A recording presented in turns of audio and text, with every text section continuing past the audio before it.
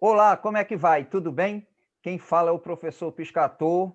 E pense numa pessoa especial que está chegando hoje aqui, que conseguimos agendar, uma pessoa que eu estou vendo pela primeira vez, mas só conhecia pelo nome e pelas partidas.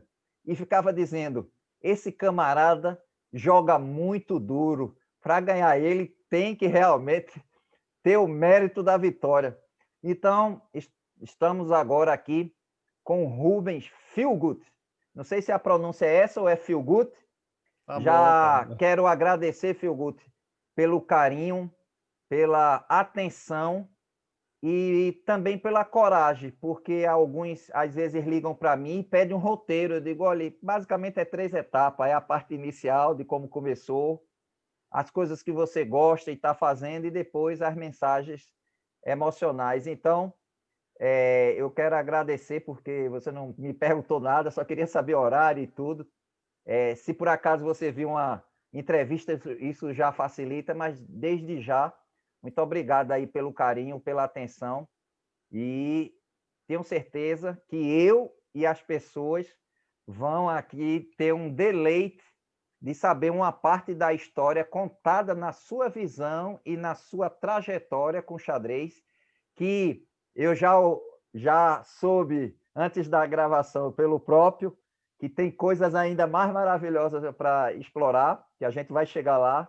Então, estamos com o mestre internacional Rubens Feelgood. Se tiver pronunciado errado, me corrija. Então, já vou deixar umas perguntas iniciais para depois de você se apresentar, você começar literalmente narrar o seu nascimento no xadrez, né, como iniciante, como é que foi, que ele ensinou, o primeiro impacto quando entra no clube, porque muitos aqui falam que na hora que fica só em casa, na escola, com os colegas, fica achando que é o campeão do mundo, e quando chega no clube, a pancada é grande, né? Porque o pessoal tudo em forma, jogando o torneio. Então, Figute, agora a palavra está com você e seja muito bem-vindo. Muito obrigado, Piscator. É um grande prazer estar aqui com você e com aqueles que nos assistem. No começo da minha trajetória, eu tive muito estímulo caseiro, mas eu, pessoalmente, não tive interesse por razões que eu até desconheço, né? Meu pai, ele foi um bom jogador de xadrez e no ano de 51 ele venceu um grande campeonato aqui no estado de São Paulo. Uau! Ele ganhou, eu só fui descobrir, assim, depois de ter já 12, 13 anos, né, que ele havia ganho um campeonato popular de xadrez da Gazeta Esportiva, que teve mais de 1.000 participantes. Uau! E eu só pude acreditar nisso quando eu vi os recortes que eu tenho até hoje, né? E como, assim, decorrência disso, ficou em casa um troféu maravilhoso, um troféu tão belo e tão grande, tão portentoso, como eu jamais consegui ganhar nenhum em torneios nacionais e internacionais. Interessante. E, além disso, restaram alguns livros, além, é claro, de um tabuleirinho de xadrez que estava sempre em algum canto, né? Então, a minha relação com o xadrez começou quando o garotinho, ainda com 4, 5 anos, eu brincava de Forte Apache e usava as Ah, tu peças tinha aquele para fortezinho, compor né? ali Tinha aquele os fortezinho de exércitos. madeira com os Exato. cavalinhos. Que legal. É Você da vê, época do eu já Daniel Bunde, né? Daniel Bunde, por ali. isso. Aí eu já tinha um reforço, né? Meu exército era maior, porque eu tinha brancas, pretas, e os índios e os apaches, Que enfim. legal. Só que aí isso ficou, eu não tive contato com o jogo em si, né? Só fui me interessar por isso lá por 11, 12, quando eu vi meu pai, depois de muitos anos sem praticar nada, uma ou outra vez ele jogava com um amigo em casa, num sábado à tarde, mas era coisa rápida, 1 hora e meia. E eu via, puxa, isso aí é um jogo também, né? Que beleza. E fui realmente aprender com 13, 14 anos, quando já aí meu pai me passou as primeiras noções de notação, né? Mas não Certo. me ensinou nada, ele não me ensinou abertura, meu jogo final, nada. Ele simplesmente me ensinou o básico e falou: olha, você tem esses livros aí, e eram livros muito bons. Eram livros assim de primeira linha na Você época, lembra né? os Muita nomes, coisa. não? Muita coisa da Sopena Argentina, tinha o Tratado do Grau, se bem que Uau! esse não foi um que tenha me entusiasmado, É mas que ele é mais profundo, né? Ele é mais profundo. não por isso, é porque eu comecei basicamente por livros de grandes jogadores, especialmente Ah, Botvinnik, tá certo, né? tá certo. Então, eu vi esses livros e quando eu comecei a pegar gosto pela coisa, eu fui desenvolvendo a leitura desses livros, do começo ao fim, cada um, e aí eu já, veja, eu estou falando de uma idade com 14 anos, 13, 14, Tô em que entendendo. eu já tinha uma maturidade maior do que um garotinho hoje que com 5, 6, que começa com Quer dizer, xadrez, você não é já verdade? conseguia introjetar aquela técnica e as estratégias daquele livro do grande mestre ou do campeão do mundo que você estava estudando, né? A busca era por isso, mas na verdade o que eu acho que eu tinha de um pouco diferenciado pela maturidade era objetivos. Eu sentia que vendo partidas inteiras eu teria uma compreensão global do jogo. Legal, E legal, aí, como eu legal. peguei esse ritmo, aí se tornou usual na minha carreira, né, fazer uma abordagem mais integral do que essa setorizada. Bom, agora eu vou estudar só abertura, só Ah. meu jogo, só final, né? Deixa eu só Claro, fazer uma interrupção para o pessoal que não sim, entende. É porque é o seguinte, pessoal.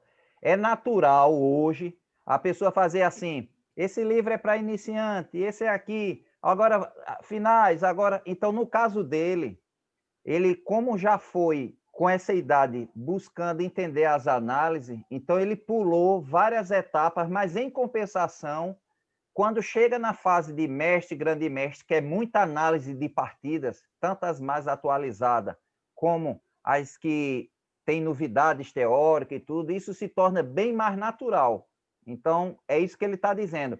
Eu não fiz como um método natural que o pessoal fez, foi para um outro caminho, mas avançava. Isso demonstra que o xadrez, ele às vezes não precisa ser engessado com a metodologia. O importante é o que faz a pessoa se sentir bem, né?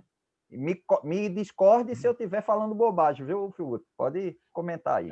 eu acho que uma parte está correta, a outra eu ampliaria. Assim, eu não vejo que haja um caminho só para seguir, tá certo? Existem várias abordagens, cada uma tem suas vantagens ou seus defeitos, né? Eu acho que para alguém do meu perfil, eu tive a sorte de encontrar um caminho que talvez tenha acelerado um pouco a minha evolução. Mas eu sempre dizendo isso, porque eu já estava assim cognitivamente preparado para absorver conteúdos um pouco mais densos. Então eu Certo. estava fazendo o quê? Eu comecei a ver várias partidas e livro inteiro do Botvinnik, livro inteiro do Fischer, que foi o segundo grande jogador. E aí, nesse caminho, eu me interessei muito pelas partidas do Mequinho, que foi uma grande referência, porque tinha a componente de ele ser um jogador brasileiro.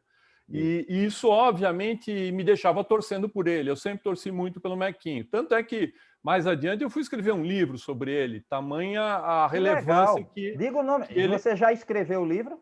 E isso foi em 84. Diga o nome do livro, O divulgue aí para a livro é gente procurar. Mequinho, o perfil de um gênio. Ah, eu É, conheço um de capa vermelha, tudo. isso, Ah, eu exatamente. li. É mesmo, foi você, agora que eu estou lembrando. É isso mesmo. Exato. Então, e por último, nessa parte inicial de absorção dos conceitos dos grandes jogadores, entrou Karpov.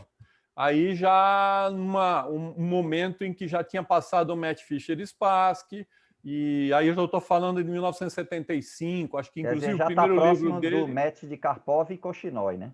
Exatamente. Aí eu passei, eu tenho a minha carreira bem dividida por períodos. Os primeiros 4, 5 anos foram domésticos. Eu joguei em São Paulo, propriamente, e joguei todas as competições, Paulista Juvenil, eu ganhei 2 vezes, Paulista Universitário, Que joguei legal. 2 vezes JEBs pela equipe de São Paulo, ganhamos 2 vezes. Jogos Abertos do Interior também, joguei vários, né? E isso foi até 75. Em 76, de 76 em diante, começou uma trajetória internacional. Aí eu já tinha estudado, pelo menos nos últimos 2 anos, vamos supor, de 73 a 75, eu já tinha estudado muitos desses grandes jogadores. E já tinha formado uma espécie de repertório e perfil baseado nas carreiras deles. É nesse sentido que eu digo que a minha abordagem me ajudou, porque quando você começa vendo só aberturas, só meio jogo, analisando tática, tá certo? Vários exercícios, Você e só final, segrega, né, o você conhecimento, né? chega um momento que você precisa integrar tudo. Você É não verdade. consegue levar as 3 coisas sem saber, bom, onde começa, o que eu faço no meio no meio e o que vou fazer no final. E Perfeita eu já vinha observação. com essa ideia já montada e para mim facilitou, né? E aí, claro, foi nesse momento de 75 até 79, eu tive assim uma evolução muito grande, joguei vários torneios internacionais, ganhei alguns, tive bom desempenho em outros, né? Fiz minhas 3 normas de mestre, e eu ganhei a última norma em 79 e fui receber o título em 83. Por essas coisas da burocracia Isso é que é ruim. é, da administração do xadrez. Mas não fui o único, sei que muita gente também É passou por isso, verdade. e não é uma coisa que tenha me comprometido em nada, apenas foi um período de espera importante. E aí, depois, eu segui em outros rumos também. A partir de 79, eu já fiz uma opção. Na verdade, eu tinha uma alternativa de mudar para a Europa, né? Eu estava projetando mudar para a Espanha nesse momento. Mas Mas pensando na norma de GM ou é, já por outro interesse? Não. não, eu pensava em dar sequência, porque eu estava estimulado pelos grandes resultados que eu tinha Certo. obtido, pelo título de mestre que eu já tinha conquistado, rating alto já. Então eu estava projetando isso. Só que surgiu um desvio nesse caminho que foi assim totalmente inesperado. Eu sempre fui frequentador do Clube de Xadrez São Paulo, né? Que aliás Certo. você na pergunta inicial mencionou essa questão, né? O Clube de Xadrez faz parte da minha história no xadrez. É Que um legal. ambiente que eu não sei, eu acredito que qualquer clube de xadrez, para a grande maioria das pessoas, é um templo. É É um verdade. lugar Um onde a templo gente vai sagrado, né? sabe, descobre um mundo, um universo maravilhoso. E ali você faz amizades, você cultiva vários aspectos que você nem imagina, né, nas relações humanas, e você vai aprendendo também com as pessoas que estão ali, Ô, com os Filguti, jogadores. me desculpe a interrupção. É só para interagir mais nesse assunto do clube com você. Você Sim. percebeu que, por exemplo, para quem vai a primeira, se você teve essa experiência, quando você vai a primeira vez a um clube, ali vê que tem muita gente do nível alto, aí de repente você entra num torneio no clube, aí você está jogando, aí estava ganho e perdeu, mas não viu. Aí você vê que naturalmente chega uma pessoa que você não conhece e o cara começa a analisar, lhe mostrando onde é que você podia ganhar, não sei o quê. Isso para a gente que está chegando recentemente é uma sensação diferente, porque na vida ninguém desconhecido vai lhe ensinar nada, né? E a partir dali vai criando uma amizade e tal. E é interessante que é muito difícil você, dentro de um clube, ouvir outro assunto que não seja xadrez. Parece que é um universo paralelo. Você teve essa sensação ou eu é que viajei muito quando eu foi na minha época de pequeno? Não, olha, a sensação de entrar no ambiente do clube de xadrez é uma sensação de acolhimento, é uma sensação em que ninguém tem, assim, pelo menos que eu tenha presenciado ao longo de toda a vida, não há objeções para a tua presença naquele ambiente. E Exatamente.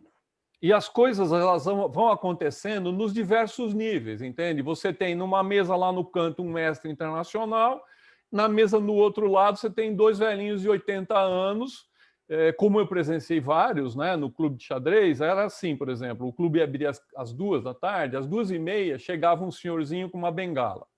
Ele ia, se posicionava naquela mesa, sempre a mesma mesa, arrumava suas peças, arrumava as outras e ficava sentadinho esperando. Meia hora, 15, 20 minutos depois, chegava o adversário Que dele. coisa interessante, E era o rapaz. mesmo adversário do dia anterior, da semana anterior, do mês anterior e dos anos anteriores.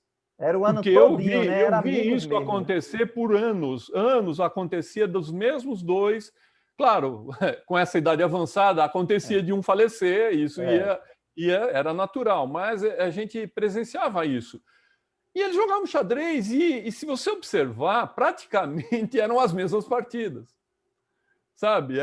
Variava lá no 20º, no 25º, mas eles tinham o universo deles dentro daquele outro universo universo, né? maior. É. E você está ali, você está observando isso, você está vendo lá no fundo um outro jogador pegando um livro da biblioteca, estudando, outros jogando relâmpago. Quer dizer, você está num microcosmos multivariado, entende? E você vai para aquele que te atrai mais ali dentro. Você vai fazer amizade, você vai começar a trilhar o seu caminho. Nenhum caminho é igual, não é verdade? É verdade. Mas eu acho que esse lema da FIDE, gens una sumus, é muito apropriado. É muito De preciso, alguma né? forma, realmente você acaba fazendo parte de uma família que você não esperava. De repente, É, você está é. integrado com uma nova família, né? Olha, eu tenho um depoimento de um ex-aluno que ele foi fazer o PhD na Universidade de Cornell, e ele disse que tinha um professor assim muito duro, assim mais distante, mas aí nas férias do PhD ele foi jogar o Aberto de Nova York e tal, aí parece que ficou bem, ficou entre os 5, e o professor gostava de xadrez. Quando viu que ele ficou entre os 5, era todo dia dando bom dia, boa tarde, e sorridente, quer dizer, é o que você disse, a gente quando vê uma pessoa que gosta daquilo, da gente, a gente se identifica. Mas eu pergunto o seguinte, vamos entrar no assunto agora, clube e internet, para depois a gente ir para a parte das altas competições sua. Lógico que eu não vou dizer que não é bom jogar na internet, no conforto de casa, treinar, botar até o nome secreto para ninguém descobrir as nossas aberturas, que a gente está testando, alguma coisa tal, mas eu sinto falta, por exemplo, não sei se você sente isso, de repente você lê um livro, algum livro de xadrez, seja lá histórico, seja lá um lançamento, e era uma coisa habitual para mim, o sábado e domingo ir no clube para falar desse livro e ouvir outros também que leram com visões diferentes, era quase um sarau de leitura. Você sente essa falta? Eu sei que hoje é mais difícil, é o custo, a praticidade, mas eu sinto essa falta como um ambiente não só de jogar, mas de trocar ideias, né? Você sente isso ou eu sou muito apaixonado demais? Me diga aí. Eu acho que eu vou conjugar duas questões dessa sua pergunta atual Certo. com a anterior, que eu observei que você estava falando da questão que tem a ver com acolhimento, e eu me lembro, por exemplo, que esse clima, essa sensação de acolhimento, ela não acontece só no teu clube de xadrez. É verdade. Eu viajei o mundo, conheci, sei lá, 20 e tantos países e fui acolhido maravilhosamente em todos eles. Que legal. Nos Estados Unidos, em Los Angeles, até mesmo em Nova York, que já é uma cidade bem mais assim Quer dizer, o dinâmica. sentimento é verdadeiro em qualquer lugar do mundo, né? Qualquer lugar. Eu fui para jogar um torneio de Natal em Zurique, na virada do ano, na Zurique, verdade, de Alemanha, né? 77. Não, Zurique é Suíça. Na Suíça. virada Oh, de desculpe, pessoal. 77 para 78. E eu tô lá, antes da rodada inicial, teve um pequeno coquetel e eles tinham acabado de colocar na parede o emparceramento. Eu não conhecia absolutamente ninguém. Aí, o que acontece? Eu comecei a ver uma pessoa meio agitada, porque eu estava a uns 15 metros desse painel onde estava preso lá o emparceramento. Eu comecei a ver uma pessoa agitada falando em espanhol. Quem é o brasileiro? Quem é esse brasileiro? Quem é o brasileiro? Aí eu fiquei assim, meio surpreso, né? E me aproximei e me identifiquei, né? Falei, não, sou eu. E ele me cumprimentou assim de uma maneira muito efusiva. Ele era um colombiano que morava lá na Suíça, estava jogando o torneio e me recepcionou de uma forma assim fantástica, porque ele ficou muito alegre de ter um latino que estava ali presente e que, no final, acabou resultando numa temporada de 1 mês e pouco que eu passei na casa dele, numa Que cidade próxima de legal, Zurique. rapaz. Que coisa, hein? E ele ainda me apresentou para toda a comunidade latino-americana, para paraguaios, argentinos, me arrumou uma simultânea em Friburgo, Uau! me apresentou para os suíços que estavam lá, ficamos amigos, eu fiquei Mas ele amigo de alguns literalmente suíços. foi um cicerônio para Sério. você, né? Então, em que outra atividade você vai encontrar esse calor É humano? E verdade. veja, os europeus, principalmente os suíços, são muito frios, né, perto do nossa maneira de De ser. E ser, né? eu encontrei receptividade, encontrei pessoas ali, mas não estou falando só desses, eu tive isso também em outros países, né? Aqui na América do Sul, então, todos os países praticamente têm pessoas muito acolhedoras, mas eu acho que é por causa dessa questão do xadrez. Existe um elo que já abre as portas, já corta as barreiras, né? E aí você está falando da segunda etapa, que é a questão da internet, né? Eu vou confessar para você que eu não jogo pela internet, eu acho absolutamente frio e impessoal, É verdade. entende? Eu já, na época da minha formação e vamos dizer assim, talvez nos 8 primeiros anos, eu pratiquei muitas vertentes do xadrez e também relâmpago, blitz, né, que é o 5x5, eu É. joguei 1x1, joguei xadrez às cegas, mas tudo presencialmente e eu procurava extrair daquilo alguma vantagem em forma de treinamento. Eu não Entendi. fazia por fazer, não fazia apenas por Era um vício. laboratório tentando encontrar outros É, recursos, né? isso. Ocasionalmente eu exagerei um pouco em alguns momentos, eu tenho certeza disso, mas quando eu me deparava com a realidade, falava, opa, peraí, eu estou passando do ponto, eu parava, eu passava alguns meses sem fazer com tanta intensidade, porque, por exemplo, jogar xadrez rápido, relâmpago, isso é importante quando você consegue adaptar isso para o teu jogo tradicional, jogo pensado, né? Agora, jogar relâmpago por relâmpago deixa de ser uma atividade competitiva para ser uma atividade de lazer. Nada contra. O xadrez, na verdade, ele é um espaço maravilhoso para o lazer, né? É melhor você jogar xadrez do que fazer atividades mais perniciosas, não é verdade? Lógico, lógico. Mas se você tem metas de evoluir, de conhecer, então você tem que dosar o tempo que você dedica a isso e até mesmo quais as modalidades que você vai praticar, né? Não, entendi, Então, entendi. com relação à internet, eu percebo que tem muita gente que entra na questão e passa do limite, joga horas, horas, desregula a própria vida orgânica, desregula a alimentação, sono, e não tem ganho real com Olha, eu vou isso, não até é verdade? dizer um experimento que eu fiz, não foi um experimento cientificamente amarrado, mas só para foi testar. Existe um shopping que o pessoal se encontra, aí num dia que estava duas pessoas que são muito próximas de mim, que me conhecem de muito tempo, a gente chegou mais cedo, como eu sou formado em educação física, e a gente tem aquela parte de treinamento, não sei se você conhece o dipolar. O dipolar é um cinto que você bota ao redor do tronco e ele fica mensurando a frequência cardíaca. Então, eu tinha dois, aí eu levei, pedi para o pessoal botar, era dois quarentões, nada de 50, 60, quarentões, e disse para eles jogarem um relâmpago e eu ficava, e tem um relógio, cada um no pulso, e eu olhando a frequência. Você sabia que os 3 últimos minutos, e olhe que eles eram acostumados a praticar ping, e eu estou falando quarentão, porque o perigo é acima de 60. A frequência se mantinha nos dois, em média, 170 a 180 nos últimos minutos, nos últimos 3 minutos. Você imagina um idoso, 60 anos, jogando todo dia ping e querendo ganhar aquela coisa. Então, hoje, eu como professor, eu digo, olha, pessoal um pouquinho mais idoso, cuidado, porque você aumenta a pressão arterial, eu dou uma visão um pouco mais cuidadosa. Ah, mas não é estudo científico. É, mas eu fiz um piloto e de primeira deu isso com pessoas de 40.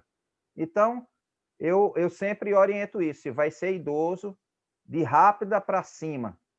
Se quiser, até melhor sem relógio, mas tem que ter esses cuidados e eu concordo com você. Tem que fazer uma análise, tem que ter uma análise muito centrada para não se envolver na emoção. E eu vou até utilizar o que Milos disse. Milos disse, você pode até fazer, mas cuidado para não transformar uma prática em um vício, né? E o vício porque aí eu percebi que aí eu pergunto ao Milos, ele diz assim, uma das características do vício no ping é não querer analisar a partida depois. E é verdade, o cara ganha uma, aí perde, aí fica querendo ganhar e não analisa mais e sai empurrando peça, né? Phil Guto, eu percebo assim que você, à medida que você vai falando, você realmente fez com uma atitude, uma trajetória de um cientista, né? Testando algo mais para ver se funcionava, li algumas coisas e percebia que cada leitura lhe dava criatividade com recursos a mais que você tinha. Mas em algum momento aí, quando você diz assim, ó, Piscator, quando a coisa realmente foi a decisão para ir para mestre internacional, o que é que você percebeu que você disse, olha, eu tinha um compromisso maior nesse sentido, eu já faço uma preparação física mais organizada, ou se eu nunca fiz, eu já tinha um pouco mais, vamos dizer assim, um hábito de vida, de acordar em tal hora, comer em tal hora, ou simplesmente, não, eu ia assim, como se diz, naturalmente, sem nenhum hábito criado, não. Como é que você diria aí, nessa hora que está indo para a MI? Não, com certeza, o xadrez me ensinou a ter método, organização, planejamento. Nem sempre a gente consegue praticar isso com perfeição, mas eu tenho sempre a vontade muito grande, muito intensa de conhecer, de aprender, de melhorar. Eu sou muito assim focado nisso, tanto que eu leio muito, leio Que assim uma quantidade legal. de livros assim enorme, bem acima da média da população, entende? E no xadrez eu herdei talvez um pouco de uma visão relacionada à questão da meditação, né? Meu pai Ah, praticava legal. meditação, então minha preparação para os torneios numa época em que eu ainda estava no colégio, né, e depois passei para a faculdade, eu estudava por um período de tempo aí de umas 4 horas e meia, passava meia hora fazendo esse exercício de meditação, Meditação. mentalização, né? E fazia exercícios físicos moderados. Eu nunca fui muito fã de exercícios físicos. Eu joguei basquete, vôlei, Quer dizer, mas tinha a era vida ativa, por mas não causa era. da minha altura, né? Eu tenho 1,96 m, então tinha que fazer algum exercício, então eu fazia Certo. para quebrar o galho, né? Nunca fui grande jogador dessas coisas, não. Mas eu sabia que era necessário fazer alguma coisa para me manter com uma boa assim, disposição física, né? E cuidar da alimentação também, não comer muito antes das partidas, comer. Isso. Eu sempre gostei muito de verduras, frutas, então nunca foi um grande problema, né? Teve uma época que eu comi muita carne, mas foi um período menos intenso e eu percebi que isso estava tendo um certo impacto, né, na minha fisiologia, e eu reduzi, então equilibrei. Mas também tem o seguinte, você quando começa a jogar torneios internacionais, jogar fora, aí você não tem muito como se defender, porque você está num país, hábitos diferentes, cultura diferente, Alimentação diferente. alimentação diferente, horários. Então a gente fazia uma manutenção, né? Mas, de maneira geral, era assim um planejamento de estudos, buscar me preparar o suficiente. Nem sempre dava para fazer isso muito bem, porque como eu falei, às vezes os torneios se sucediam, você terminou um, já está começando o outro 3 dias depois, e você não tem muito tempo para isso, né? Eu procurava fazer na medida do possível. Só que essa visão de organização e sistemática, ela sempre esteve presente. Então, quando dava, eu procurava fazer isso, né? E isso hoje é hábito seu, né? Assim, qualquer atividade que você sempre está planejando, tal, os horários certinho. Quer dizer, eu faço isso também e dá uma sensação boa a gente saber que está a gente conduzindo a nossa vida, né? Dá uma sensação boa, né? Com certeza, com certeza. Na verdade, eu pratiquei xadrez formalmente por 20 anos, né? Foi de 70, 71 até 90, 91. É uma vida, viu? É uma vida. Depois eu segui outros caminhos. Eu achei que eu já tinha concluído uma etapa muito importante, extremamente valiosa para mim, e eu simplesmente mudei um pouco, mantendo o xadrez presente sempre e principalmente os aprendizados com o xadrez. Porque eu vejo o xadrez como uma grande aventura lúdica. Eu vejo o xadrez como se fosse, por exemplo, uma escalada para o Everest. Você está subindo, mas tem gente que só olha para o chão, olha para o terreno e fica ali, não sei nem que nome tem aquele instrumento, né, que você vai se prendendo e subindo etapas ali.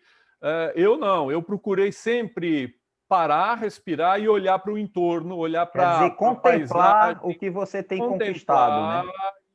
e olhar os lagos, as árvores, a paisagem, a fauna, a flora no entorno. E esse é o grande, eu acho que é o grande segredo da vida, né? Você desfrutar da caminhada. Eu nunca tive nenhum objetivo fixo, específico. Eu sempre queria crescer, se pudesse chegar a campeão do mundo, ótimo. Nunca teria, eu sabia que eu não teria essa possibilidade. Grande mestre, se pudesse chegar, ótimo, mas não era assim algo, tanto que, como eu disse, chegou um momento que eu tomei uma decisão que mudou esse rumo. Eu estava decidido a mudar para a Europa para seguir a carreira e pegar lá experiência e conquistar as normas de grande mestre, mas eu fui convidado para mudar para Goiânia. Quer dizer, na verdade, não para mudar, eu fui convidado para dar algumas aulas em Goiânia. Eu morava em São Aula de Paulo, xadrez. aulas de xadrez. Fui Certo. convidado para mudar para Goiânia por um período breve, uma semana, 15 dias, né, para dar algumas aulas. Só que eu acabei ficando. Eu acabei, com muita rapidez, acabei conseguindo 4 empregos, todos com xadrez, na ABB, no Jockey Club, para Coisa boa, hein? estruturar os departamentos de xadrez, dar aulas na Caixa Econômica do Estado. E, por último, o próprio Estado me contratou, não só a mim, como a Olímpia, Eduardo Olímpia, que estava lá por lá também naquela época, nos contratou como instrutores da Fundação de Esportes. Que legal, E que aí legal. passamos uma temporada lá. Aí eu fundei a Federação de Xadrez de Goiás em 81, Que aproveitando a legal. minha presença, fiz todo um trabalho de divulgação, ajudando o pessoal de lá. Tinha pessoas muito ativas também, que colaboraram, Renato Genovese, Valdir Quinta, Hélio Cardoso e Oswaldo Caros, que depois foi presidente da federação. Então, fizemos um trabalho. Mauro Araújo é um outro rapaz lá que é Parabéns aí todos de espetacular. Goiás pelo pioneirismo. Isso. Então, eu consegui plantar uma semente que valeu a pena pelo desvio que eu tive. E, por último, acabei me casando lá também. Eita, Dali coisa boa. surgiu desse casamento uma filha maravilhosa também, Que enfim. legal. Então, Então, esse desvio, ele foi uma espécie de um tempo, um respiro para reciclagem, e depois eu fui em busca de mais uma etapa internacional, mas numa dimensão um pouco menor, com 3 anos e meio, mais ou menos, e um pouco mais seletiva, né? Onde eu fui jogar torneios assim mais importantes, até mais fortes do que muitos dos que eu joguei anteriormente. Já tive um desempenho um pouco diferente, não foi tão fácil, tive alguns torneios muito pesados, em Cuba, por exemplo, joguei 2 torneios e não fui bem, a oposição era muito forte, mas outros fui muito bem, por exemplo, joguei o torneio da Hispanidade, um torneio com pessoas de países de fala hispana, né, e o Brasil. E aí tinha os campeões nacionais desses países todos, e eu fiquei em segundo lugar. Que legal. Ficamos ver, o Milo jogou esse torneio também, e quem ganhou foi um cubano, um grande mestre cubano, o Amador Rodrigues, né? Então essa fase foi uma fase já de maturidade e de perceber que o xadrez tinha tido um papel importante, era uma paixão que nunca iria morrer, né? Uma paixão perene, mas uma paixão não dessas paixões violentas, uma paixão serena, uma paixão assim que seria mais um amor mesmo, né? Pela Entendi. atividade, por tudo que o xadrez poderia oferecer, né? Então, quer dizer que E foi como se você tivesse ido ao Havaí, surfou a onda e agora é o momento de estar orientando, assim, de é, longe um pouco mais. Quer dizer, é eu uma percebia, transformação gradativa para uma nova trajetória, mas o xadrez se mantendo presente sim. vamos dizer, na hora da sua atuação profissional, né? Eu percebi, na verdade, esse foi um período em que eu fui buscar respostas, né? A resposta sobre se eu deveria continuar com Entendi. metas competitivas muito altas, ser grande mestre, ganhar torneios, e eu percebi que essa vida não era aquela que me interessava. Eu via Certo, grandes mestres não muito felizes, eu entendi. vivia em contato com eles, eu percebi que nem financeiramente, nem socialmente, era uma vida muito sacrificada, e o xadrez não dava o retorno que eu achava justo para todo aquele sacrifício, É. né? E eu percebi o seguinte, quer dizer, ao não seguir esse caminho com esse objetivo, eu não estaria perdendo nada, continuaria com xadrez, continuaria lendo os livros, vendo as partidas, Exato. O convivendo com xadrez não sai de os você, o que sai é a competição só, né? exatamente. Então, foi um momento que eu consegui focalizar bem e aí partir para uma fase final que já tinha começado um pouco antes, que foi de organizador de grandes eventos. Eu É. fiz, por Teve o exemplo, Promoched, né, que foi seu, né? isso. Nessa empresa e em outras atividades, eu procurei sempre como eu percebia que a atividade enxadrística ela é bastante sacrificante, eu percebia que era possível fazer muito mais, fazer melhor, organizar seria importante. E não havia muitas pessoas em número suficiente para fazer isso bem feito. E a qualidade do que se fazia também não era perfeita. Muitos faziam o máximo que dava, outros não faziam tanto, enfim.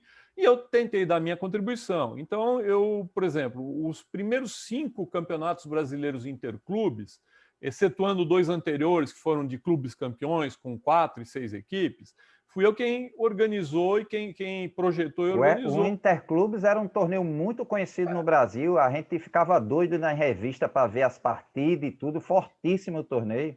Então, veja, esse foi um torneio que eu acho que foi uma grande semente, porque começou com, acho que com 23 participantes, ou 27, depois teve, com 23, depois 27, depois 40 e pouco, 41, e o último que eu cheguei a organizar teve 72 equipes. Pronto, é isso Então, um mesmo. número, assim, de um crescimento exponencial, Para o praticamente. pessoal que não sabe, quando ele diz uma equipe, no mínimo são 4 titulares e 2 reservas e um técnico. Imagine 74, foi? 72 equipes. 72. Imagina um ginásio lotado assim. E a grande satisfação com isso era o seguinte: fazer um evento dessa dimensão estava propiciando a que pessoas do Brasil inteiro se mobilizassem localmente para poder estruturar um grupinho ali dentro de um clube ou de uma associação, entende? E que pudessem viajar. Ou seja, eu dava, de alguma forma, uma motivação para que todos pudessem fazer algo nas suas regiões. E era um congraçamento, era um momento de encontro, era um momento em que, na verdade, não interessava tanto ganhar, eu acho. Claro, todo mundo quer ganhar, eu sempre joguei para ganhar, mas o interessante era realmente o resultado final, e isso que me dava muita satisfação, Ô, sempre foi o Filguti, meu eu vou objetivo perguntar uma maior. coisa mais específica do torneio Interclubes, que eu percebia, eu com 9 anos já estava no meio do Clube de Xadrez do Recife, então era o seguinte, imagina as lendas ali, e eu vendo, Eduardo das Fora, Luiz Tavares, Rodolfo Araújo, Flávio Daia, os irmãos Capibaribe, Era pernambucano pesado. Então, uma coisa que eu achava muito legal do Interclubes, eu nunca cheguei a assistir o Interclube, mas quando eles voltavam, a equipe voltava, tinha uma coisa que acontecia que era o único momento que eu participava, porque quando era no clube, cada um jogando e eu muito iniciante, então eles só analisavam com o pessoal mais forte, mas quando vinha do Interclubes, era uma coisa inconsciente, todos eles permitia todo mundo analisar, porque ali era a equipe de Pernambuco voltando e querendo analisar, e aquela sensação de analisar em grupo, até hoje, quando termina uma partida, eu gosto quando não é aquela todo mundo metendo a mão, não, mas assim, todo mundo querendo descobrir, alguns citando as teorias, não, aqui é um posto avançado, talvez se colocar a peça aqui e tal. E eu vou lhe dizer, eu aprendia muito mais quando o pessoal voltava do que simplesmente quando eu assistia o jogo, que eu não entendia muito. E eu chegava a dar pitacos e eles, esse lance pode ser interessante. Então, eu percebia que o Interclubes criava um hábito, era uma sensação que eu tinha, não sei se isso era todo o Brasil, mas criava o hábito de, quando a equipe sair, ter aquela equipe de análise com todo mundo querendo participar, porque agora não interessa se é fulano ou ciclano que está jogando, o que interessa é ver como é que poderia melhorar aquela situação para Pernambuco no outro ano ir mais forte. E isso dá uma sensação de grupo muito grande.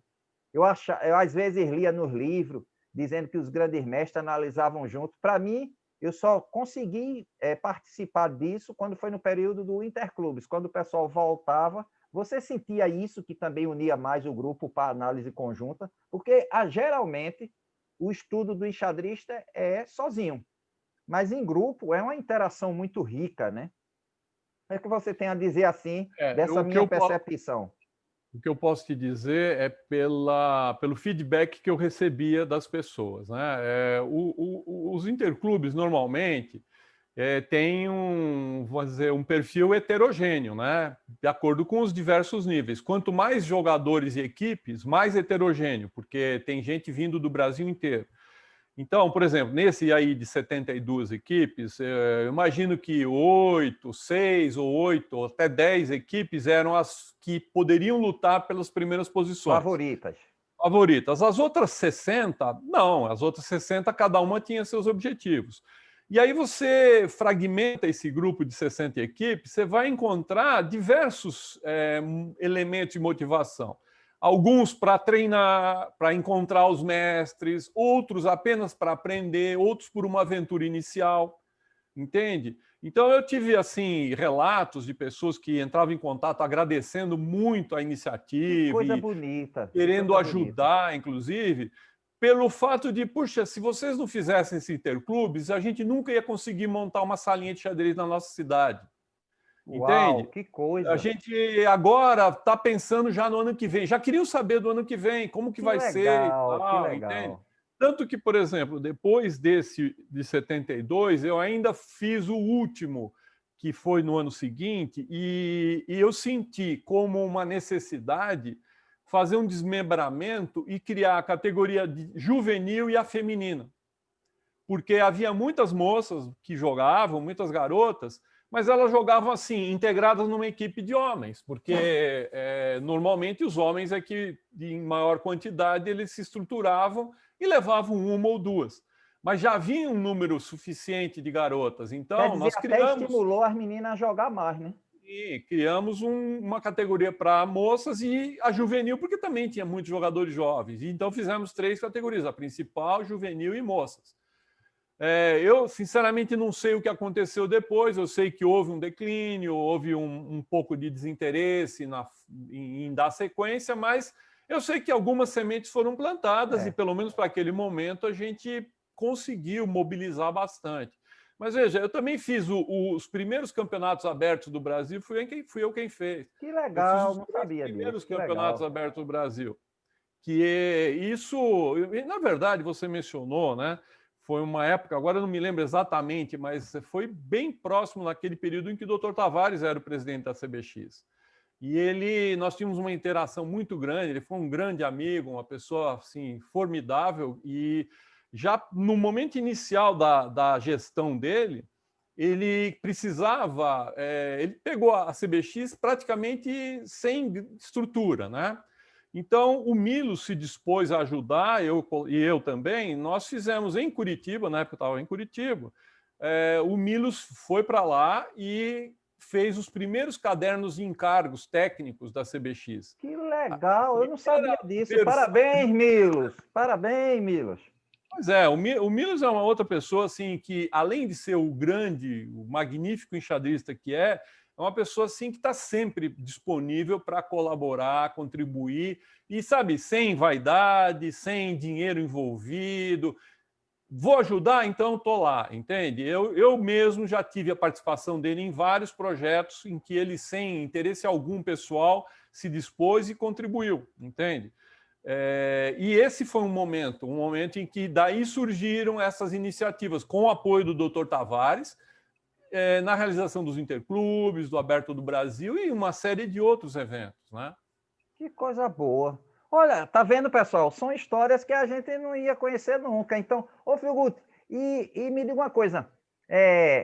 Vamos entrar em livro, rapidinho, só uma passagem rápida, e depois a gente vai para a sua profissão atual para a gente conhecer. Me diga uma coisa. Atualmente, quais são os seus principais gostos de leitura? E qual é o livro que você terminou de ler recentemente que pudesse dar um resumo geral, só de repente por alguém querer uma opção de uma leitura diferenciada, tal? O que é que você diz aí um pouco aí do que você tem lido, assim, os seus gostos e o que você tem lido recentemente? Olha, eu tenho mas, na verdade, não é um projeto específico de, assim, que eu possa enumerar os títulos que eu quero ler, mas eu tenho temas que eu vou abordando. Então, por exemplo, Dostoiévski... Olha, literatura internacional, né? Viu? Alto nível. Crime e Castigo. Agora, o próximo que eu vou ler é Os Demônios, que me parece que é um livro muito relevante. Thomas Mann, A Montanha Mágica. A Montanha Mágica eu li, é massa. É massa. Outros. Eu li praticamente quase toda a obra do Philip Roth, que é um autor americano. Olha, eu diria que está entre os 10 maiores escritores. Ele faleceu, acho que há uns 2, 3 anos, morava em Nova York, é espetacular. Qual é o estilo de escrita dele? É o quê? Romance, aventura, ficção? Não, é uma escrita intimista em que ele tem um fundo psicológico, tem um fundo social muito intenso. É uma análise social e do comportamento humano, né? Uma análise social do comportamento humano. Mas não só esse, eu gosto, por exemplo, de Juan Pablo Villalobos, que é um mexicano que até passou um tempo no Brasil, escreveu um livro espetacular, Festa no Covil, não sei se você já ouviu falar. Não, eu já ouvi o nome, mas não conheço ainda. E outros, né? Outros livros de boa qualidade. Haruki Murakami é um autor também que me interessa. Agora, eu passei um tempo, há 3 anos ou mais, entre 4 e 3 anos atrás, fiz uma temporada de estudo de romances policiais. Então, eu li... assim, Sherlock Holmes, Agatha Christie... Não, isso eu tinha lido já na adolescência. Eu estou lendo os autores contemporâneos. Hate 1600 ainda. Autores... Porque, na verdade, eu penso em escrever uma obra nessa área. Né? Escreva. Então, eu peguei Jo Nesbo, que é um autor sueco, né? E outros autores assim recentes, né? Que têm obras nessa área aí. Atualmente, você está lendo algum ou já terminou algum recentemente? Olha...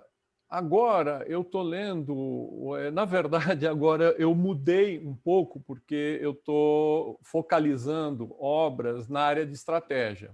Tá. Então, eu tenho uma coleção grande da arte da guerra. Shutsu.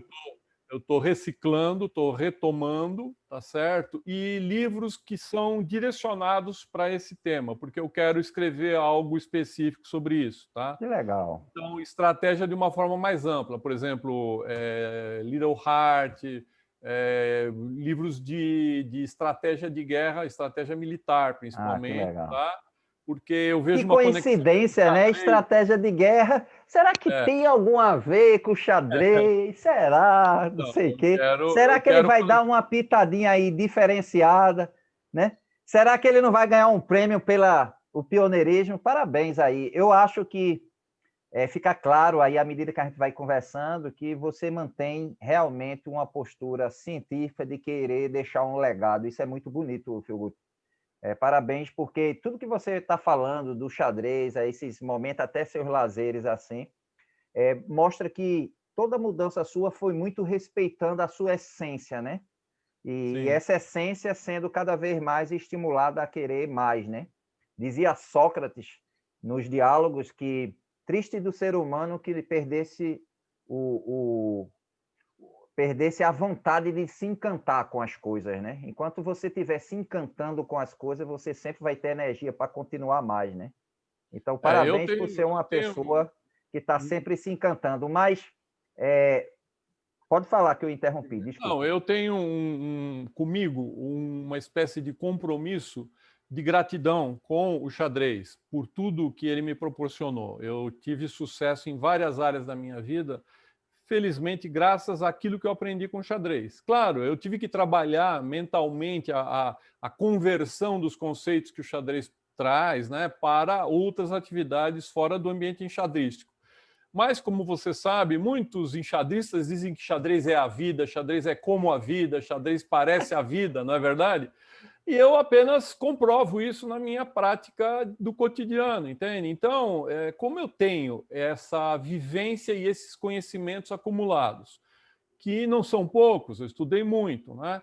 Eu sinto que eu tenho um dever de trazer para as futuras gerações um pouco da minha experiência. Não são verdades, são a minha realidade que eu vivenciei e mostrar um pouco da minha experiência, onde eu pude aplicar algo que eu aprendi e onde eu Perfeito. tive sucesso, entende? Eu fiz várias atividades como empreendedor que acabaram tendo um relativo sucesso e também, mesmo na área de concursos públicos, eu tive um sucesso assim fenomenal exclusivamente graças ao xadrez, né? Olhe, eu posso dizer uma coisa que eu admiro de você, da sua aprovação, posso dizer? Pode falar. Olha, para quem não sabe, Phil Guti passou num dos concursos mais difíceis do país. É muito concorrido. Eu não quero dizer para não expor função e as pessoas querer deduzir salário, mas eu posso garantir que, em média, porque eu já fiz uma vez, só para sentir o gostinho, é uma média de 200 vagas para 300, 500 mil pessoas concorrendo. E detalhe, tudo com nível superior. E vou dizer, mesmo com as limitações, raciocínio lógico, eu fechava, interpretação, tal. Mas quando chegava nas leis mais específicas, né, direito internacional, essas coisas, não dava.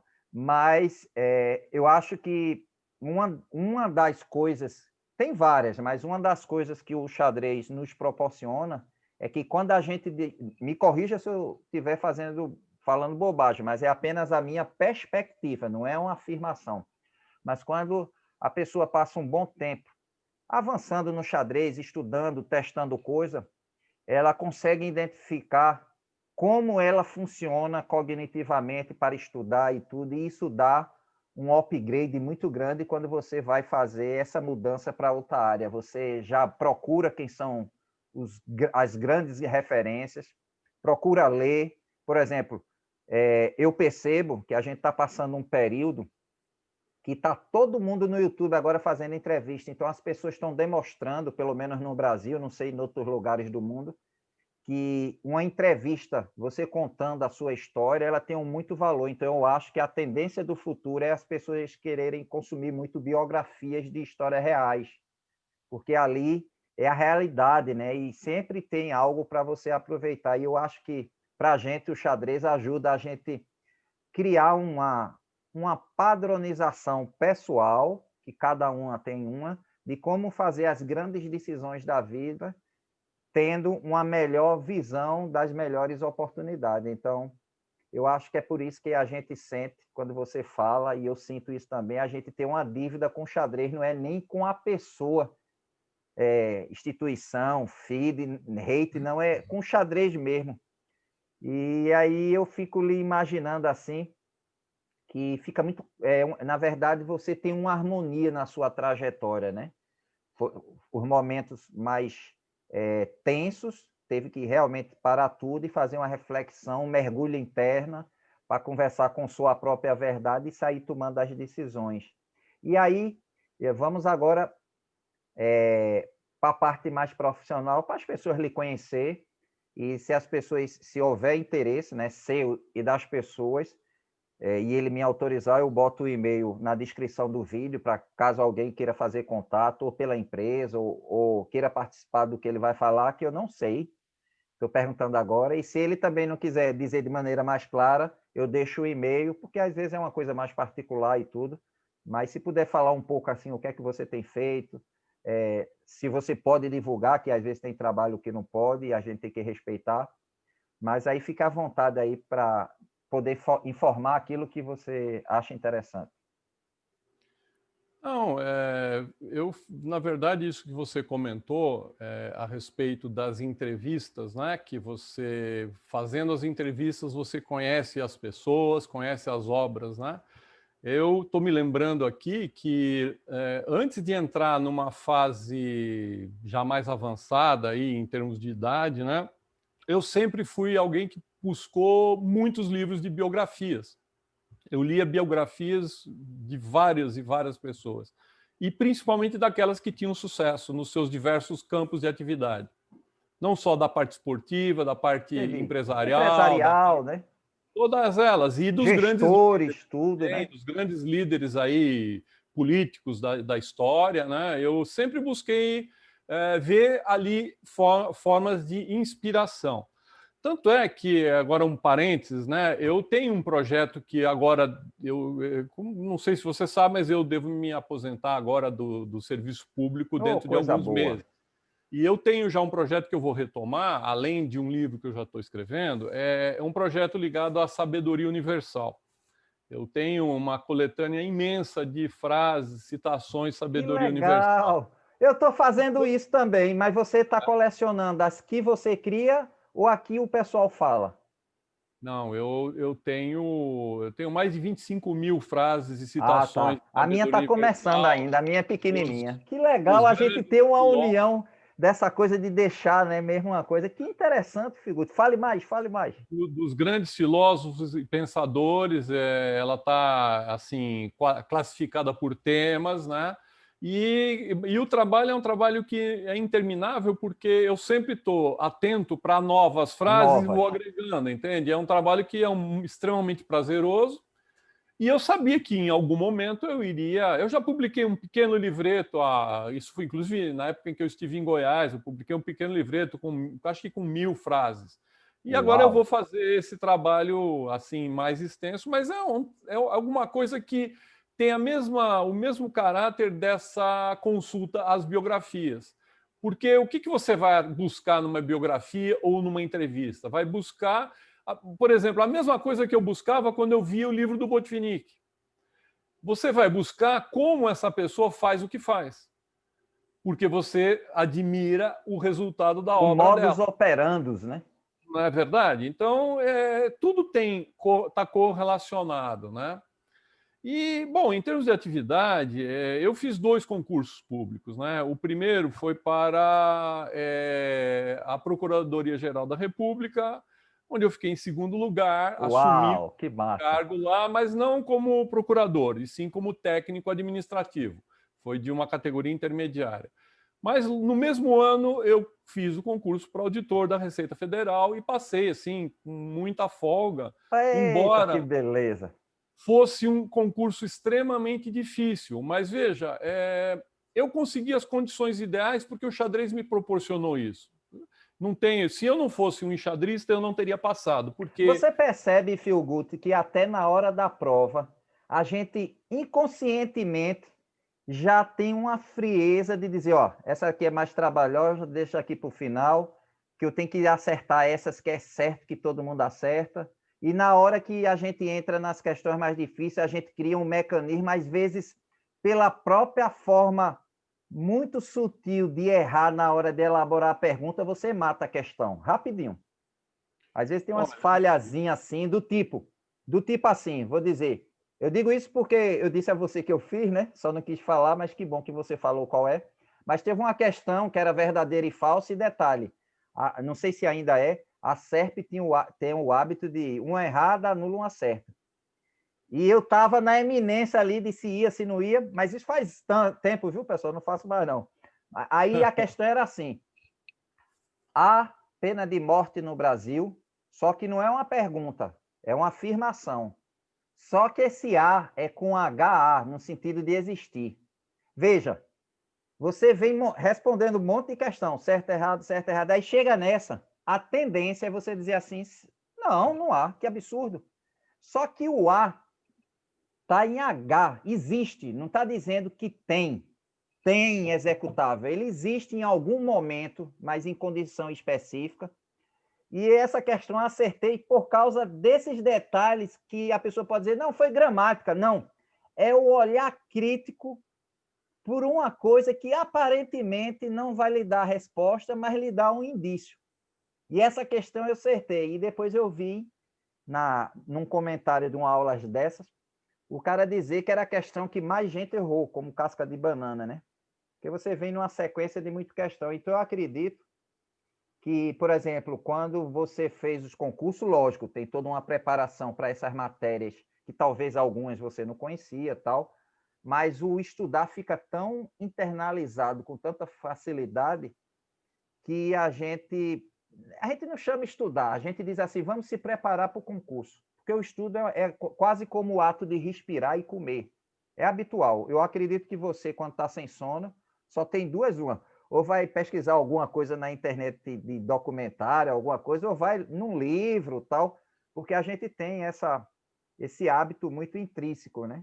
Então, por exemplo, tem umas coisas que eu me lembrei agora, o Phil Gut tem livros publicados em xadrez, tem o perfil, tem dicionário do xadrez, se eu não me engano, tem um que você fez que era mais lúdico, de crianças, né? Que tinha uns castelos, uma coisa assim. Tenho dois livros infantis que, na verdade, esse é uma história interessante. O primeiro deles eu demorei 14 anos para lançar. Uau!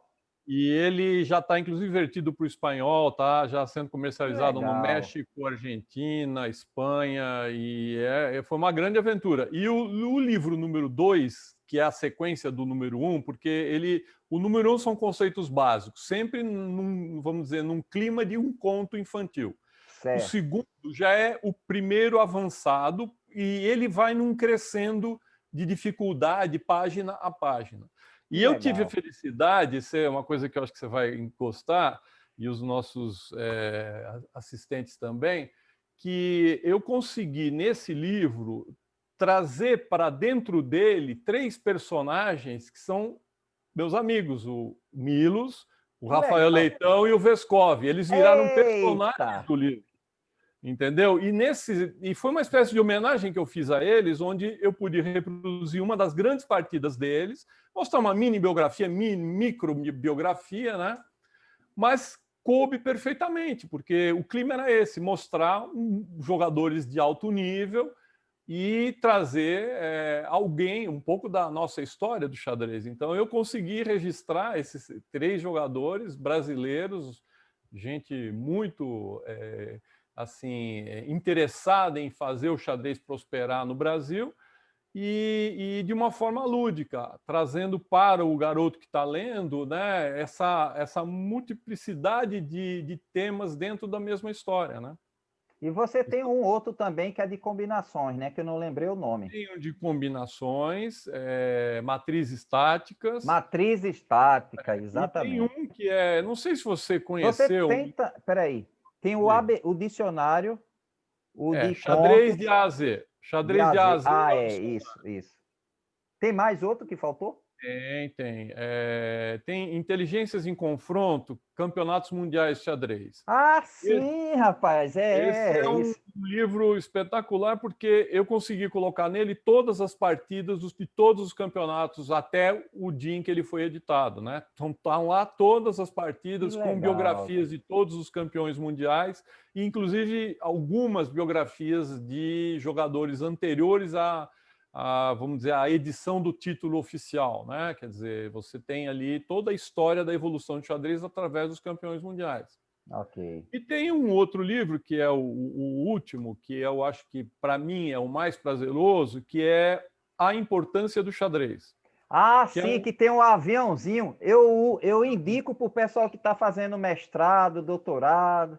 esse livro, assim, periodicamente eu recebo mensagens de pessoas me felicitando pelo livro, dizendo que estão adotando o livro, que gostaram Que muito, legal, que usando legal. como inspiração. Então, é algo que eu tentei deixar como um pouco Legado, né? Legado, né? um legado, ou pelo menos um pouco registrado aquilo que tem de melhor do que eu pude captar com o xadrez, entende? E é uma coisa que eu pretendo continuar. Agora, assim que for possível, vou trabalhar mais alguns títulos, se for possível. Então já vou lhe fazer um convite, porque aqui é tudo inesperado, né? Que é o seguinte, eu não sei se você conhece, através das entrevistas eu descobri, eu mesmo não conhecia, um dos maiores escritores de livro de xadrez que tem no Brasil e poucas pessoas sabem, que é o Henrique Marinho, que tem reconhecimento nos Estados Unidos, internacional, e que na Rússia, quando foi o livro dele traduzido, a própria entrevista dele, ele fala isso, ficou empatado junto com os livros, os melhores de livros do ano, com os meus predecessores de Kasparov. Isso para a gente é uma honra. E aí eu fiz um convite a ele aceitou, e eu gostaria muito que você participasse da ideia, que é o seguinte: dia 28 de fevereiro é o aniversário dele. Eu vou fazer um torneio online apenas para as pessoas participar, mas as pessoas que participarem, elas vão ter o direito de entrar no Zoom, no máximo são 100 pessoas, para ter um bate-papo sobre como escrever um livro. E eu gostaria de lhe convidar, com todo mundo vendo, para você também dar algumas orientações da sua aprendizagem com essa relação com a editora. Eu sei que hoje tem outras formas de vender online, mas eu acho que é importante cada um, né, dentro da sua característica, mostrar como é seu ritual de estudo, algumas leituras que às vezes a pessoa acha que não tem nada a ver e pode tirar uma ideia. Por exemplo, o Henrique Marinho fala alguns detalhes de como ele conseguiu continuar a obra de Nisovich. Ele tem elogios da Rússia, do dono da editora, mandar um livro e parabenizar por ele continuar uma coisa que Nisovich não teve tempo de fazer, não teve vida para fazer. E aí eu estou lhe convidando, que a ideia é o seguinte: esses participantes vão entrar, vão estar, eu estou organizando, quer dizer, literalmente controlando o Zoom, mas a ideia é cada um de vocês poder fazer uma apresentação dizendo assim: qual é a dificuldade, o que é que você pode fazer antes para evitar certas coisas, a importância de registrar a obra na Biblioteca Nacional, a importância de ter o ISBN, para o cara depois não botar no nome da editora, aquelas coisas que você sabe que são muito iniciais, mas preventiva, para evitar qualquer decepção, qualquer coisa nesse sentido. E aí, você fica à vontade, se achar que foi muito surpresa e está meio sem saber, não tem data certa, o torneio tem a data, agora quando vai ser esse momento tem que agendar, mas se você se sentir à vontade, você já pode responder, se não, depois da gravação, certo? Então, Não, eu faço questão de responder, mas antes eu vou te contar duas historinhas, tá certo, tá certo? tá certo, Tem um enxadrista em Goiânia chamado Mauro Peixoto de Araújo, que certo, é um grande amigo meu. Eu não tenho contato pessoal com ele já há um bom tempo, porque eu mudei de lá. Mas, certo, num determinado momento, no passado, quando eu morava lá, nós fomos comer uma pizza e ele chegou com um pacote, assim, um envelope, desses envelopes grandes, e colocou do lado. E nós estávamos jantando e, de repente, ele mexe ali e cai para fora um papel, né? Aí eu pergunto, o que é isso, Mauro?